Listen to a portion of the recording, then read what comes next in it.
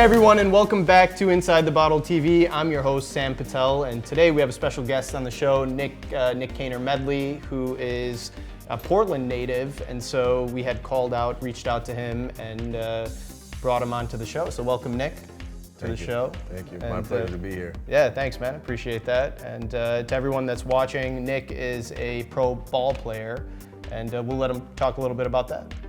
Yeah, I've been playing professionally in Europe for 10 years. As you mentioned, I grew up in the area and played college ball at University of Maryland, traveled around quite a bit, was in Spain for 6 years, was in Tel Aviv for a year, and now in Kazakhstan. So I've been around quite a bit, and brought me back here for the holidays, see family and friends. Nice. And have about a week here, so. Very nice, man. Well, this is also around the Christmas season, so Merry Christmas to you and your family. You as well. And so what parts of Spain have you been in?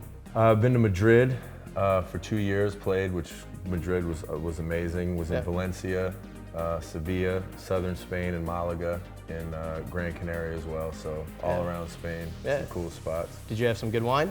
Some great wine, some great red wine. Riojas are really popular there. So, you know, starting out, I'm not a huge drinker, but my family and my mom especially loves wine.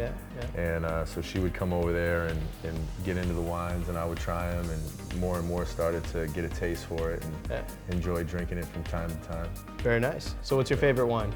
I love a Silver Oak Cabernet. It's Napa Valley, and I found it when I was really young, 20 years old. A guy who I was doing some training with, it was a big favorite of his, and so I've kind of stuck with it. Yeah, 20 years old, huh? Yeah, I'm a go-to guy, you know. Once I find something I like, I kind of stick with it, so Very nice. I found it, yeah. Well, before we filmed this segment, I had the opportunity to talk to Nik and ask him what his favorite wine was, and unfortunately, we were not able to get the Silver Oak Napa Valley Cabernet, so I took it upon my shoulders to find some comparable wines. So today we have Hourglass, which is Blue Line Estate Merlot 2013 from Napa Valley. And as usual, we try the wines before we get onto the show. So maybe we should get inside the bottle? Yeah, let's get in there. Yeah. Let's try it. All right.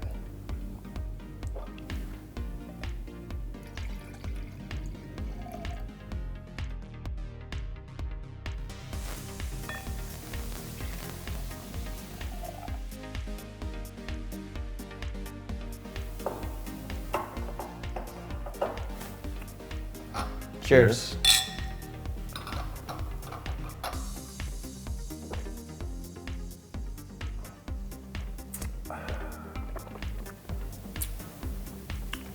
That's smooth. So what do you think? Very smooth. Very good. Yeah. I like it a lot. So why did you like the Silver Oak? What was it? I like the Silver Oak because me personally, I like wines that are smooth. You know, I don't like. You know, I started to learn about wine in Spain, like I mentioned, and the Riojas have kind of a sharp aftertaste a little bit, and this is just really smooth. I mean, there's not much of a bite on the aftertaste. It has a little bit of sweetness, but not too sweet. You know, which to me is important. If it's too sweet, I feel like I'm gonna get a headache if you know what I mean, have a couple drinks. But, yeah, I think the sugar content of the wine will definitely bring out a vulgar headache. Yeah. No, but this is smooth, man. I like it a lot. It's really, and it has a similar aftertaste to the Silver Oak. Interesting. So great choice. Well, it is Napa Valley and 2013. What do you get on the nose? Smell anything in particular? I mean, it smells to me like a good wine. That's what it smells like. I'm not, you know, one of the things about me is I'm not a body, smell, oak type of. Just if it's smooth, if it tastes good, it smells smooth.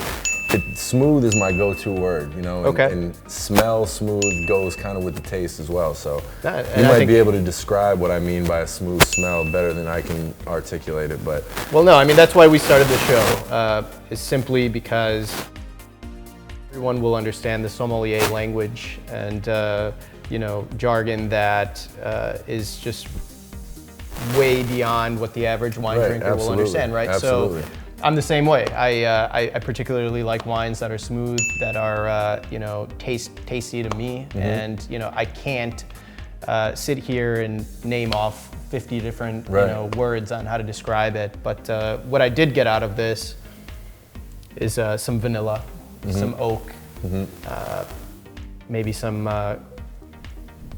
espresso on the nose. Yeah. Do you get that? Yeah. I smell the vanilla a little bit. And the oak. I feel like I always smell a little bit of oak with some wine. oak, yeah. Maybe it's because the cork or something. I don't have no idea why, but it could possibly very well be. Wine always has a distinct smell, no matter what time, whether type it is. It always has some sort of consistent smell.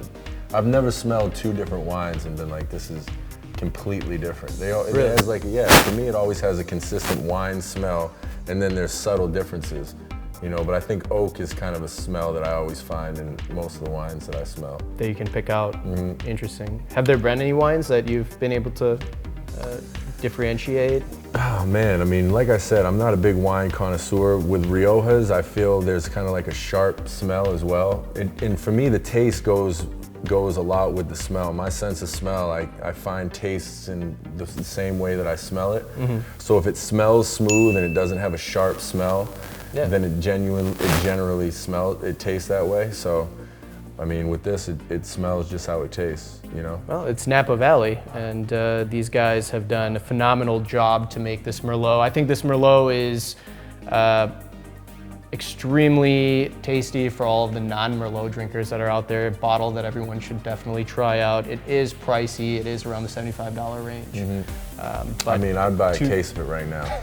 If you got one, I'll take it. I'm sold on it already.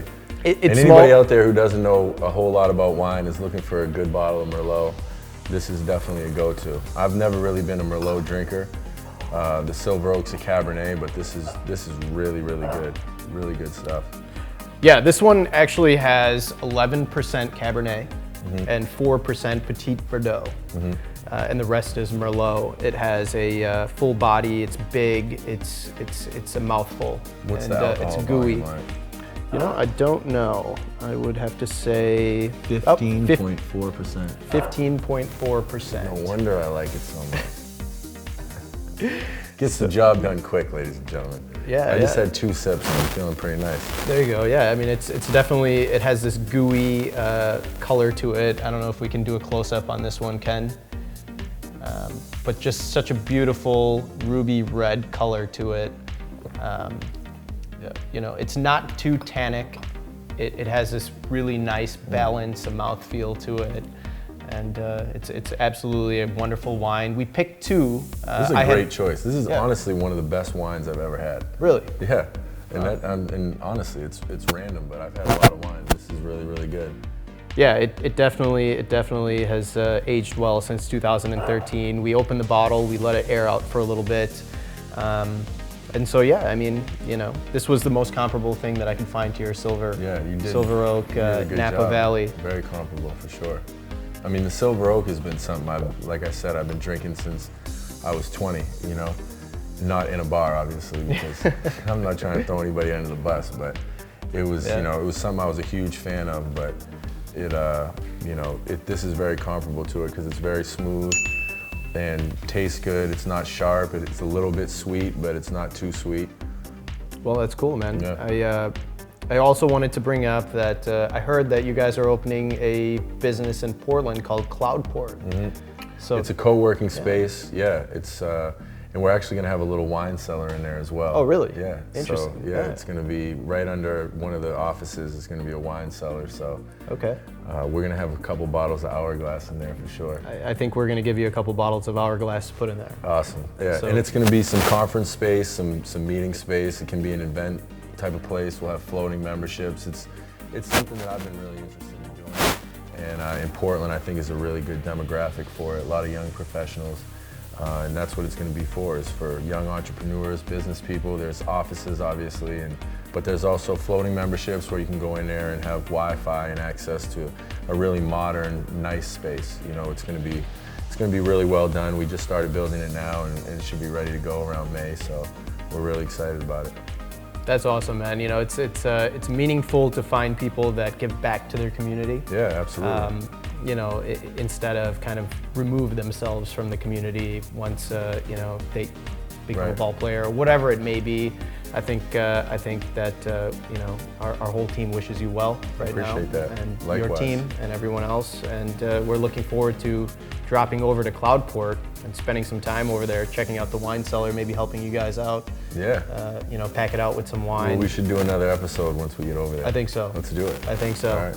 So, anyways, we're gonna wrap this up. And right before I do, I did bring you a gift. Okay, thank you. And it's Drapier, which is a champagne from France. Wow. So thank you very much. For you, man. I appreciate it. that. Merry Christmas, bro. Thank you. Merry Christmas, happy holidays.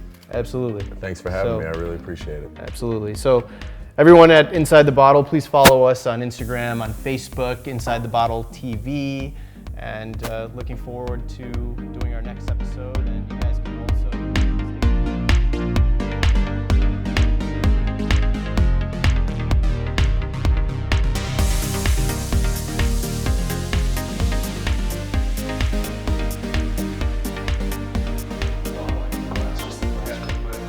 Hourglass needs to send you guys some kind of compensation.